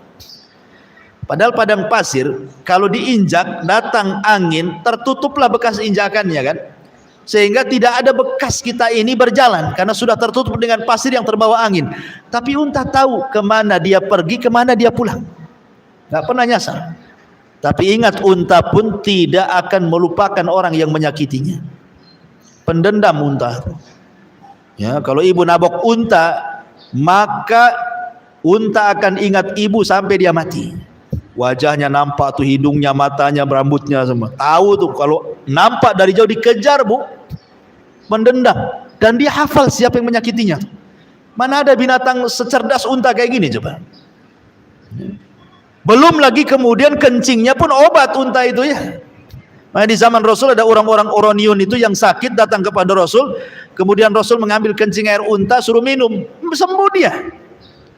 Ya, jadi kalau ibu punya penyakit, minum banyak-banyak kencing unta. Ya. Tapi nggak ada di Indonesia. Titip sama orang umroh. Ya, minumnya sambil pegang hidung, ya, karena bau. Dan banyak lagi keistimewaan untanya. Tapi walaupun gitu, unta nurut sama pemiliknya, walaupun anak-anak. Kalau dia tahu anak itu pemilik dia, nurut, duduk, berdiri, walaupun anak kecil. Kalau tahu itu pemiliknya tuh. Tapi kalau bukan pemiliknya, tidak bisa diatur dia. Jadi memang luar biasa unta itu, dan banyak lagi keistimewaan unta luar biasa. Makanya Allah jadikan tanda-tanda kuasanya. Afala yang duruna ilal ibili kaifa khuliqat. Wa ilas samai kaifa rufi'at. Dan langit bagaimana ditinggikan. Langit itu bentuknya bangunan, tapi bisa bertahan di langit tanpa tiang dan tidak roboh ke bumi. Ini kuasa siapa? Kuasa Allah. Ya. Ada sebuah kisah Bani Israel ketika menjelaskan sifat Allah dalam ayat kursi itu, wala sinatun wala naum. Allah itu tidak pernah tidur apalagi ngantuk. Jadi Nabi Musa menghadap Allah Subhanahu wa taala. Nabi Musa kan kalimullah, kalimur rahman. Dia orang yang suka bicara dengan Allah Azza wa Jalla. Kemudian dia mengatakan kepada Allah kan, kenapa Allah tidak tersifati dengan sifat tidur dan ngantuk? Kemudian Musa suruh berdiri. Kemudian dua tangannya suruh seperti ini. Kemudian diletakkan satu piring di tangan kanannya, kemudian satu piring di tangan kirinya, kemudian diisi air. Kemudian Allah merintahkan agar diam seperti ini. Ya. Karena kelamaan Nabi Musa ngantuk dia. Ngantuk akhirnya terlepas piringnya, pecah gitu ya. Dan Allah mengatakan, ya Musa, kalau seandainya aku tersifati dengan sifat ngantuk apalagi tidur, maka alam semesta ini akan berlaku seperti piring yang kau pegang itu. Kalau sempat Allah ngantuk, wah bertabrakan semuanya tuh di langit itu. Kiamat yang ada. Makanya Allah itu salah satu sifatnya, sifat sempurna bagi Allah itu tidak ngantuk dan tidak tidur. Tapi bagi manusia itu sifat yang tidak sempurna. Orang tidak bisa tidur itu. Kalau ada orang tidak bisa tidur, itu sifat kurang bagi dia. Karena manusia itu sempurna kalau dia tidur. Kalau 2 hari bu tidak tidur, kepala itu pusing bu ya. Karena bukan sifat kita. Sifat kita itu ngantuk tidur. Makanya kalau sholat ngantuk kata Rasulullah, tidur dulu sesaat baru bangun supaya nggak ngoceh ketika sholatnya. Supaya dia tahu apa yang dibaca gitu. Kalau orang ngantuk kan nggak tahu yang dibaca tuh. Ya, akhirnya baca salah dia. Ya. Ada orang yang baca salah itu ya. Baca surat Qul ya ayyuhal kafirun. La a'budu ma la apa la a'budu ma ta'budun wala antum abiduna ma a'bud lakum dinukum waladhdallin katanya. Lakum dinukum waladhdallin. Amin lagi lah kan jadinya. Kapan selesainya salatnya si ke Fatihah terus kan? Harusnya lakum dinukum waliyadin, lakum dinukum waladhdallin coba. Ya karena ngantuk kan itu ya. Jadi bahaya orang ngantuk itu. Salah-salah jadinya baca Quran. Jadi langit itu kuasa Allah. Bangunan tapi tidak jatuh pada tidak ada tiangnya. Wa ilal jibali kaifa nusibat. Dan gunung-gunung bagaimana ditegakkan. Maksudnya gunung-gunung bagaimana nusibat itu ditancapkan sebagai fasak. Sebab kalau tidak ada gunung lini ini kita jalan nggak bisa. Kenapa bumi itu istiqrar gitu ya? Kita bisa jalan pakai kaki bisa, pakai sepeda bisa, motor bisa, mobil. Karena buminya diam. Coba kalau buminya gempa sedikit, oyong kita mau jalan. Siapa yang menjadikan bumi diam? Allah. Pakai apa? Pakai gunung ditancap-tancapkan jadi pasak. Makanya buminya diam. Nah, itulah kuasa Allah ya. Makanya pada hari kiamat caranya Allah membuat bumi ini hancur dengan cara apa? Dicabut dulu gunungnya. Dicabut dulu gunungnya, kemudian diterbangkan ke langit, ditubruk-tubrukan gunung satu dengan sehingga tinggal debunya. Makanya Allah mengatakan seperti kapas yang berterbangan, berhamburan. Nah, ketika sudah tidak ada gunung, terjadi gempa, hancur bumi, ya kan? Kemudian wa ilal ardi kaifa sutihat, dan bumi bagaimana dihamparkan. Ya, bagaimana dihamparkan sehingga kita bisa hidup, bisa bangun rumah gitu ya, karena Allah sudah fungsikan di beberapa tempat di bumi itu ada khusus perumahan, ada gunungnya, ada lautnya, ada sungainya, dan seimbang. Tidak ada air laut tumpah ke bumi, padahal secara teori lautan lebih tinggi dibandingkan daratan, tapi kenapa tidak tumpah coba? Ya, itu kuasa Allah lah kan gitu. Ya. Itu kuasa Allah Subhanahu wa taala. Kemudian Allah Subhanahu wa taala berfirman, fadzakir innama anta mudzakir lasta alaihim bimusaitir illa man tawalla wa kafar fayu'dzibuhullahul adzabal akbar inna ilaina iyabahum summa inna alaina hisabahum. Maka berilah peringatan wahai Muhammad, sesungguhnya engkau wahai Muhammad hanyalah tugasnya memberi peringatan. Engkau bukan orang yang berkuasa atas mereka, kecuali jika ada orang yang berpaling lagi kafir, maka Allah akan mengazabnya dengan azab yang besar. Sesungguhnya kepada kamilah mereka akan kembali. Kemudian sesungguhnya kewajiban kamilah membuat hisab perhitungan atas mereka. Taib, ini ayat yang terakhir. Jadi Allah Subhanahu wa taala memerintahkan Rasul untuk memperingatkan manusia. Subhanallah. Kalau ibu sedikit saja memandang sejarah Nabi, bagaimana Nabi SAW berdakwah mengingatkan manusia itu luar biasa. Rasul itu berdakwah siangnya, malamnya, sembunyi-sembunyinya, terang-terangannya, menghabiskan waktunya, tenaganya, biayanya, hartanya, bahkan harta istrinya ludas untuk berdakwah. Walaupun demikian, tetap balasan orang-orang Quraisy itu ada yang mencaci, memaki, menghina, mengatakan Rasul gila, mengatakan Rasul tukang sihir, mengatakan Rasul pemecah belah. Akhirnya Rasul diintimidasi, akhirnya Rasul diusir. Terkadang ada rencana pembunuhan sampai hijrah dari Mekah ke Madinah. Coba bayangkan. Ini penderitaan Nabi luar biasa. Untuk siapa coba kalau bukan untuk kita? Tetapi Nabi SAW mengajarkan kepada kita agar jangan pernah lelah, jangan pernah bosan. Fadzakir, terus berikan peringatan, terutama kepada keluarga, kepada tetangga, kepada orang-orang. Innama anta mudzakir, karena tugas kita hanya memberikan peringatan. Apalagi tugas kita ini menyampaikan hidayah Allah kepada manusia. Soal hidayah itu diterima atau tidak, lasta alaihim bimusaitir, itu bukan urusan kita, bukan urusan Nabi. Ya, engkau bukanlah orang yang berkuasa atas mereka memaksa hidayah. Tidak, tugas kita menyampaikan kebenaran. Kalau di antara keluarga kita ada yang masih syirik, suka ke dukun, sampaikan ini tidak boleh, ini syirik. Soal terima atau tidak urusan dia. Yang penting saya sudah menyampaikan yang benar. Ya. Kalau ada keluarga kita masih menyelisih sunnah Rasul, kita arahkan ini enggak boleh loh, tidak ada contohnya. Enggak terima, ya terserah dia. Terima, alhamdulillah. Tapi kita tidak boleh memaksa. Tugas kita hanya menyampaikan saja ya. Ya. Menyampaikan hidayah Allah kepada mereka, karena taufik itu milik Allah.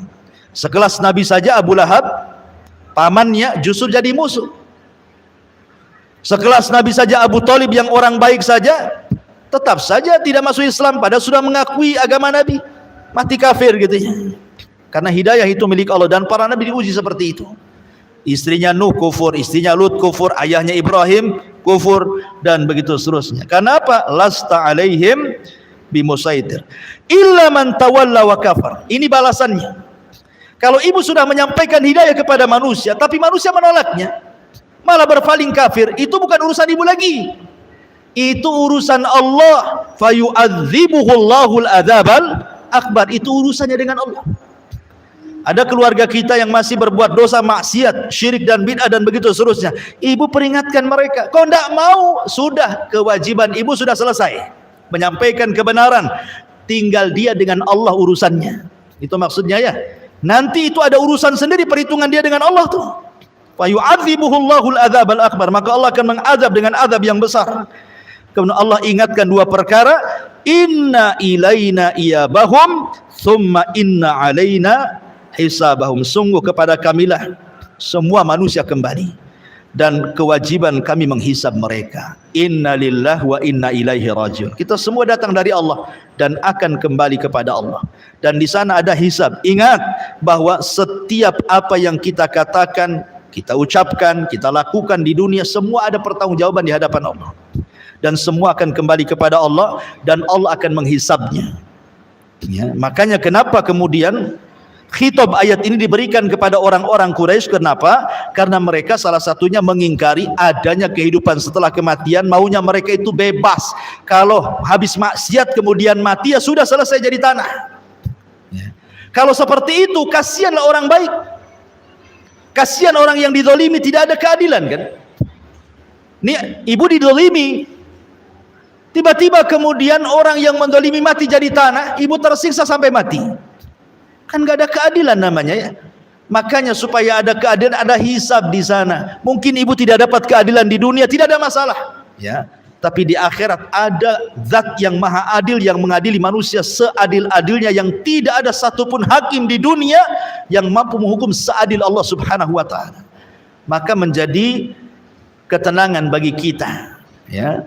Kalau seandainya kita disakiti, kita diuji, semua ada hisabnya di hadapan Allah Subhanahu wa taala. Dari sini selesailah tafsir surah Al-Ghasyiyah secara singkat Bu ya. Kalau terlalu lebar, pertama juga capek ngomongnya, yang kedua juga waktunya panjang. Baik, kita adakan tanya jawab, saya silakan.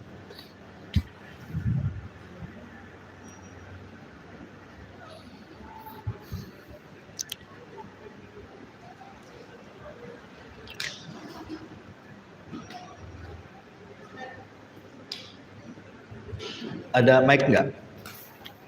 Coba. Mana satu nih?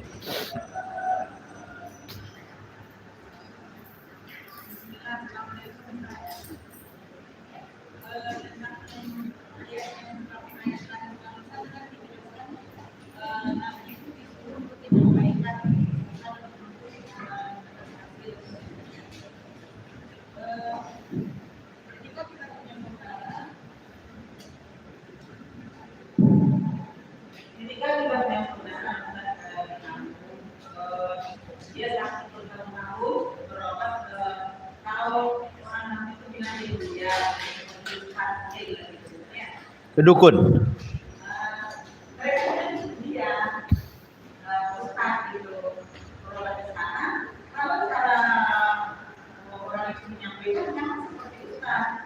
Tapi ruqyah betulan Bu, enggak?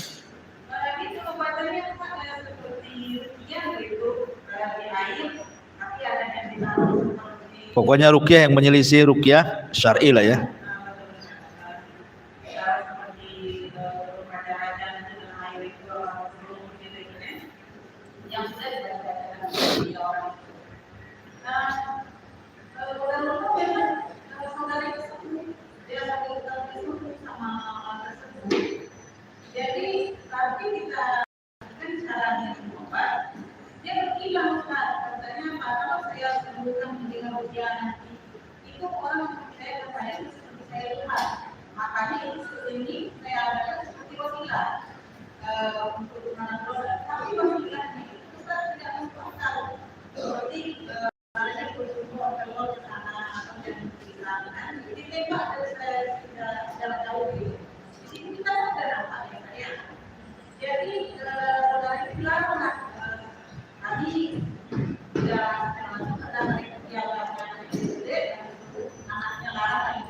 Oke.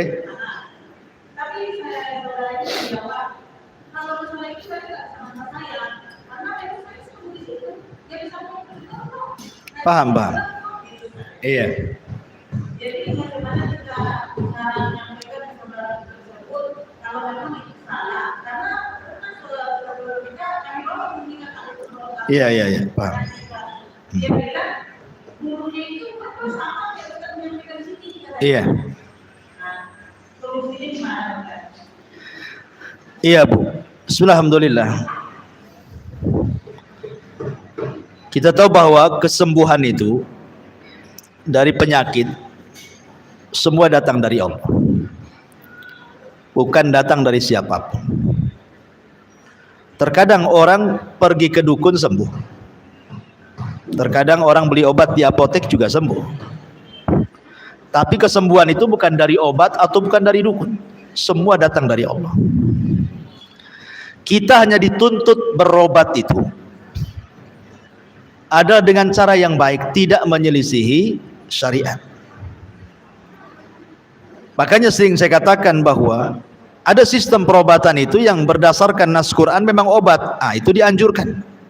Ruqyah memang syar'i, betul-betul sesuai anjuran Nabi. Masa ruqyah suruh ngerendam, ya, di laut, di sungai, akhirnya ke bawah hanyut laut, mati dia.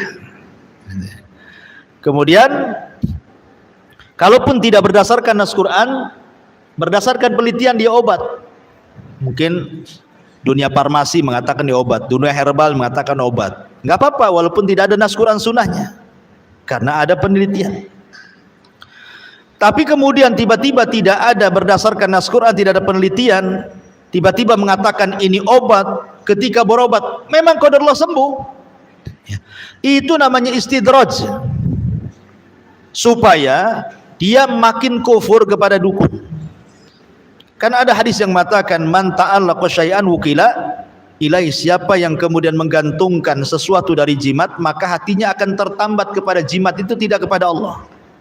Sengaja syaitan membuat dia sembuh supaya dia tertambat dengan dukunnya dan lupa oleh Allah.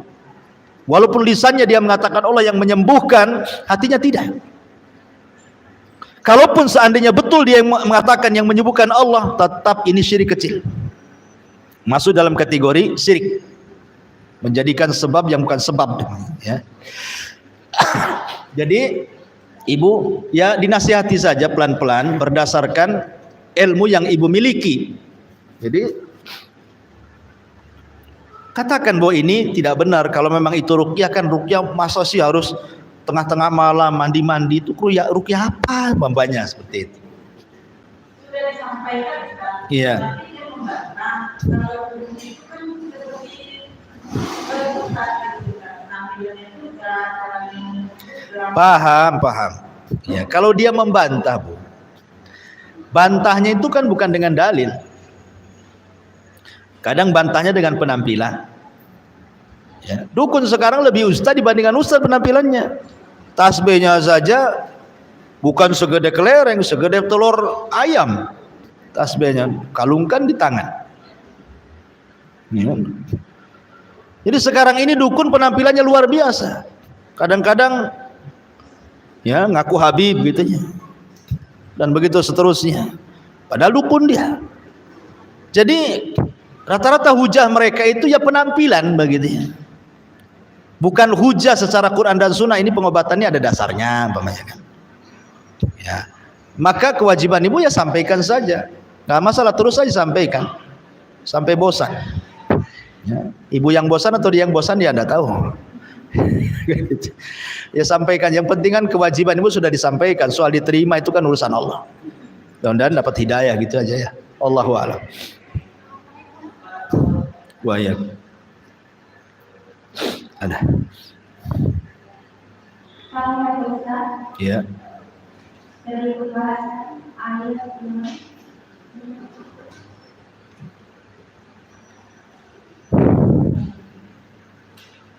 tujuh yang tadi itu kan ada pembahasan empat mengenai wajah-wajah kita ketika kita menerima catatan wajah posisi dan makhluk yang kaya, wajah yang seseri dan wajah yang diridhoi. Yang menanyakan Ustaz, ketika kita sudah mendapatkan hak yang diberikan Allah Ustaz, tentu juga kita tetap seperti aturan yang diberikan oleh Allah Subhanahu wa Ta'ala, masih ada juga mengisi jalan-jalan menuju ke surga kan? Terus yang menanyakan lagi, apakah ketika kita menerima dengan wajah-wajah yang seperti ini, kita waktu berjalan menuju surga amankan atau ada jalan lain karena keputusan yang lain? Iya. Ya, alhamdulillah. Golongan manusia itu di akhirat tentang hisab itu kan ada 3. Ada orang yang tidak dihisab sama sekali.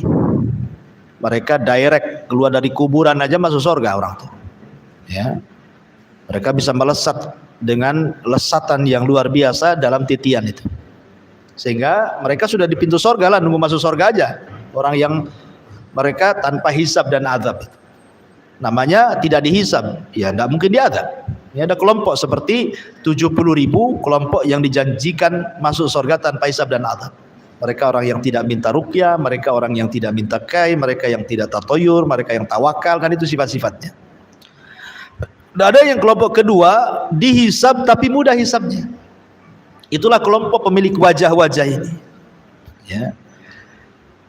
Jadi hisabnya itu hanya formalitas saja. Kalau ditanya oleh Allah tentang dosa, dia hanya mengiyahkan saja, mengakui. Ya, saya melakukan seperti itu. Diakui dosa semuanya. Tapi ada yang hisabnya sulit. Inilah yang agak rumit, karena ketika dia dikatakan berbuat maksiat, dia nolak. Kamu jam segini, detik ini, hari ini, tahun segini kau maksiat. Oh enggak, sehingga maksiat. Nah, ini yang rumit nih. Karena harus datangkan saksi kan. Tapi dia nggak bisa nelak karena semua jadi saksi. Ya. Yauma nakhtimu ala afwahihim wa tukallimuna aydihim. Ya, lisan terkunci ketika dia ngomong seperti itu, tiba-tiba lisannya terkunci, tapi tangan kan bicara. Kemudian kulit pun bicara. Kemudian bumi yang kita pijak juga bicara. Ya. Kemudian yauma tuhadditsu akhbaraha. Pada hari itu bumi akan bicara. Langit bicara, malaikat bicara. Mau ngelak gimana? Tapi kata Nabi SAW, manuki syahalak, siapa yang ketika ditanya kok dia ngajak debat gitu ya, nggak ngakui sehingga harus datangkan saksi, celaka orang ini, berarti hisabnya sulit. Jadi orang-orang yang mendapatkan wajah-wajah dalam permulaan hisab, di akhir hisab, jelas orang ini akan dipermudah ya. Karena tanda-tandanya sudah ada kan. Kenapa dia dapat cahaya? Karena dia melihat kebaikannya lebih banyak dibandingkan kejelekannya, makanya bercahaya dia. Tetapi kata ulama, kan ketika dia membaca catatan tuh, kan tidak semua catatannya baik kan. Karena apabila dia mencatat kebaikan, wajahnya akan memutih. Tapi kalau melewati catatan yang jelek, wajahnya akan menghitam. Kemudian lewat lagi catatan yang baik, wajahnya akan memutih lagi, dan begitu seterusnya. Kan tidak mungkin satu catatan kan baik semua, kan mustahil. Orang itu kan pasti ada yang terjerumusnya kepada maksiat. Lah kata para ulama, ketika dia membaca catatan yang baik, maka memutih wajahnya. Tapi kalau ketika giliran dia membaca catatan yang buruk, maka menghitam wajahnya. Tapi Allah sembunyikan sehingga orang tidak tahu. Allah sembunyikan. Makanya ada hadis yang mengatakan, man satara musliman satarahullahu yaumal qiyamah. Siapa yang menutup aib seorang muslim, Allah tutup aibnya di akhirat. Jadi kalau dia membaca harusnya hitam di tampak manusia, ditutup oleh Allah sehingga orang tidak tahu.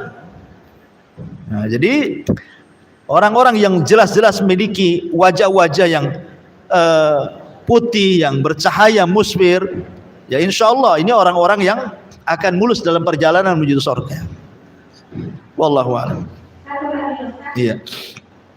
Ustaz, dalam pembahasan yang lalu, Ustaz pernah katakan bahwa seseorang ketika dia masuk surga itu bukan karena amalan atau kepintarannya, tapi dengan rahmat Allah, sebagaimana korban Israel yang ketika dia masuk surga dan ibadahnya kepada Allah.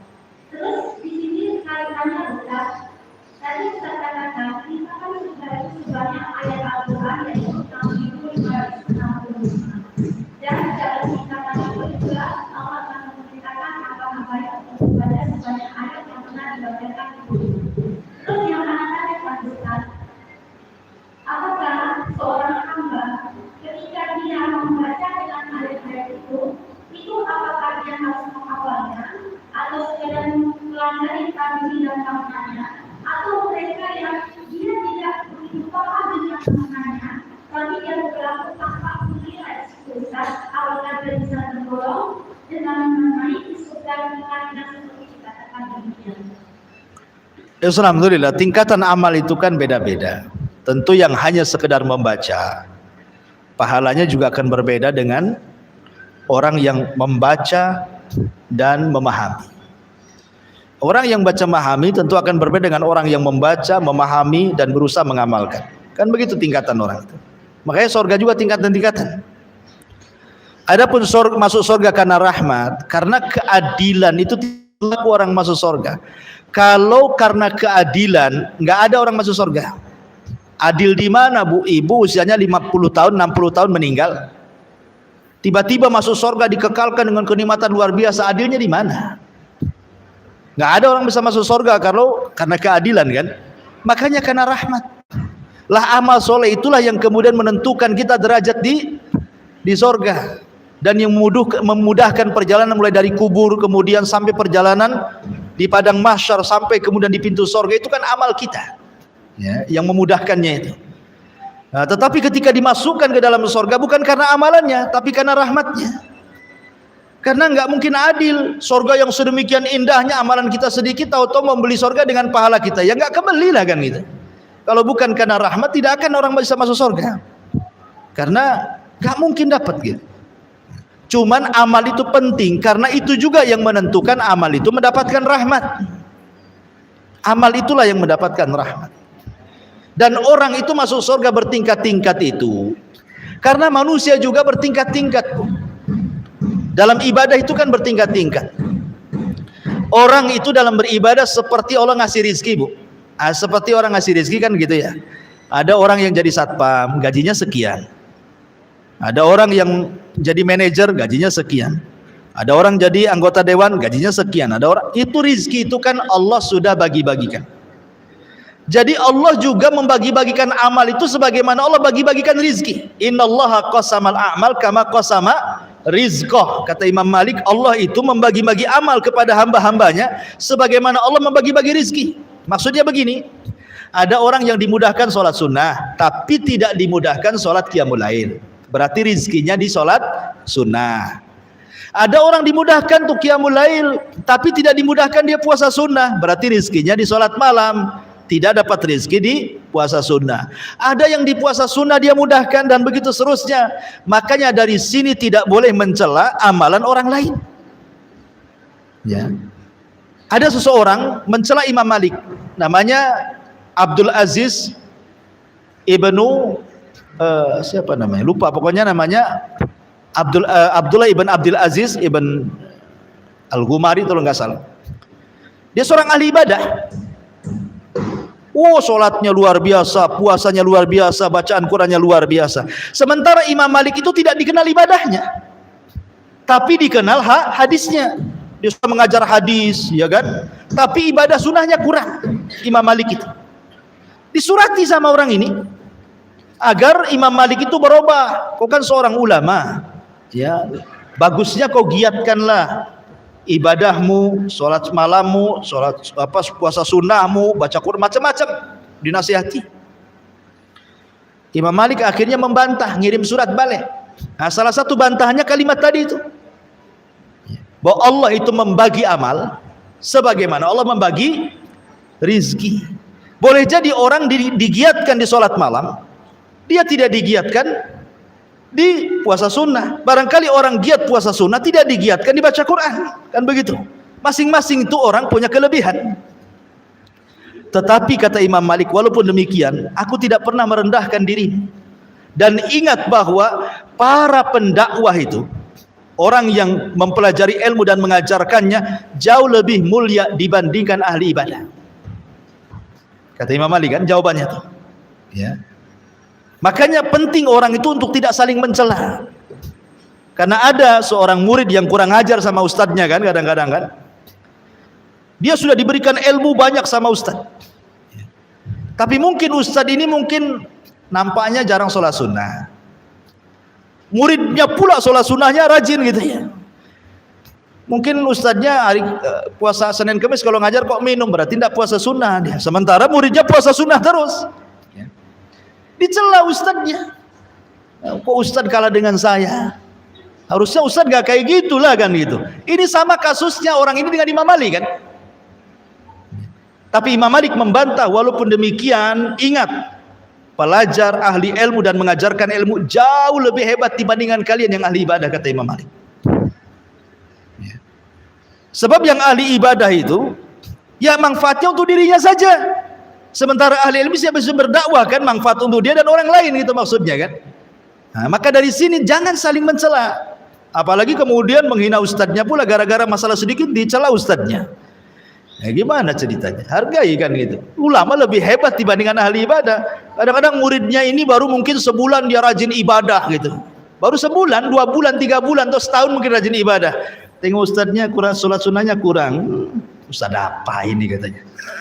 Padahal dia ngaji sama dia gitu ya. Dihinakannya pula ustadz. Siapa kita dengan ustadz itu gitu maksudnya. Kembali bahwa itu ada tingkatan-tingkatan semuanya. Dan baca Quran juga sama. Ada yang memang diberikan rezeki dia hanya bisa membaca saja, ya dapat pahala di situ.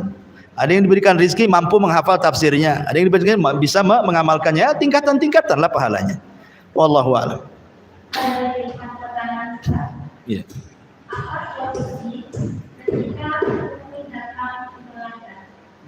Di mana? Apa solusi ketika guru datang? Ketika? Ketika futur. Oh, futur. Saya kira tutul kan gitu. Tutul macan lah, macan tutul.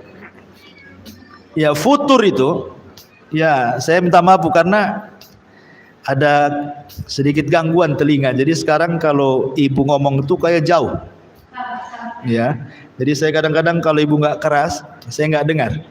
Baru sudah diperiksa rupanya gendangnya ada kebocoran katanya. Jadi sekarang lagi pengobatan. Jadi sekarang kalau orang ngomong itu kalau nggak keras kayak 1 kilo gitu. Jadi harus betul-betul sama yang kiri ini agak normal. Jadi saya minta maaf ya. Jadi masalah futur itu setiap manusia pasti mengalaminya.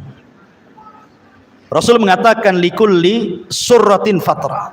Setiap semangat itu di sela-selanya pasti ada futurnya. Tidak mungkin orang itu selamanya semangat, itu mustahil. Ya, kalau tidak ada masalah, semangat dia. Kalau ada masalah, futur dia. Ngaji terus, rupanya banyak masa di luar, akhirnya jarang ngaji. Artinya bahwa itu fitrah manusia, kadang semangat, kadang futur. Tapi kata Rasulullah, wa man kanat fatratuhu ila sunnah faqad ihtada. Siapa yang ketika futurnya dia berusaha untuk mengikuti sunnah Nabi, maka dia dapat hidayah. Tetapi kalau tidak demikian, halak dia hancur. Jangan diikuti futur itu. Makanya kenapa Rasul mengatakan beribadahlah sedikit tetapi terus menerus. Khairul a'mal adwamuha wa in qalla. Sebaik-baik amal itu sedikit tapi terus menerus. Supaya apa? Karena Allah itu tidak pernah bosan disembah. Kalian yang bosan. Jangan sampai dengan kita rajinnya akhirnya bosan pula kita nyembah Allah. Itu maksudnya ya. Jangan sampai kemudian lantaran kita giat kecapean akhirnya bosan. Allah tidak bosan disembah, kita yang bosan menyembah. Makanya supaya Allah tidak bosan kita sembah, yang penting itu continue-nya ya. Walaupun sedikit. Jangan rajin tahu-tahu pamannya 1 minggu nih diborong semua sholat sunnahnya, puasa sunnahnya, baca Qur'annya. Tahu-tahu minggu depan kelelahan, sakit, kemudian libur 1 bulan. Ya kan, nggak imbang, rajinnya seminggu, liburnya sebulan. Ya kan? Makanya kan sedikit tetapi continue supaya seseorang itu tidak terbosani dengan ibadah. Ya kan? Tapi ini pertanyaan, Assalamualaikum Ustaz, apa makna barang siapa membaca surah Al-Kahfi akan disirami cahaya antara dia dan Ka'bah? Makna akan disinari cahaya pada 2 Jumat. Ya wallahu alam. Hadis ini bicara tentang keutamaan membaca surah Al-Kahfi. Dalam surah Al-Kahfi itu ada 4 kisah yang semuanya bisa melawan fitnah Dajjal. Pertama kisah Ashabul Kahfi, kemudian kisah pemilik 2 kebun, kemudian kisah Nabi Musa dan Khidir, kemudian kisah Dzulqarnain. Ini bicara tentang 4 fitnah. 1 fitnah ilmu, fitnah harta, fitnah kekuasaan, dan juga fitnah agama. Ya, ini 4 fitnah kan. Orang terfitnah dengan, semua manusia terfitnah dengan 4 perkara ini. Mungkin dengan harta, akhirnya harta itu membuat dia jahat, ya kan? Atau kekuasaan, makanya terkadang orang berkuasa jadi zalim. Atau dengan agama, dia salah mempelajari agama jadi sesat dan menyesatkan orang. Atau ilmu, merasa bangga, sombong dan begitu seterusnya kan. Makanya Allah sebutkan, maka di antara kemudian keutamaan surah Al-Kahfi, kalau kita paham, itu membawa cahaya sehingga dia bisa menerangi dari fitnah, terhindar dari fitnah-fitnah itu. Dengan cahaya itu terterangilah dia dari segala fitnah-fitnah itu, sehingga dia bisa berjalan dan bisa melalui fitnah-fitnah itu. Wallahu a'lam. Ya, saya kira cukup ya. Subhanakallahumma bihamdika asyhadu an la ilaha illa anta astaghfiruka wa atubu ilaik. Allahu ta'ala. Assalamualaikum warahmatullahi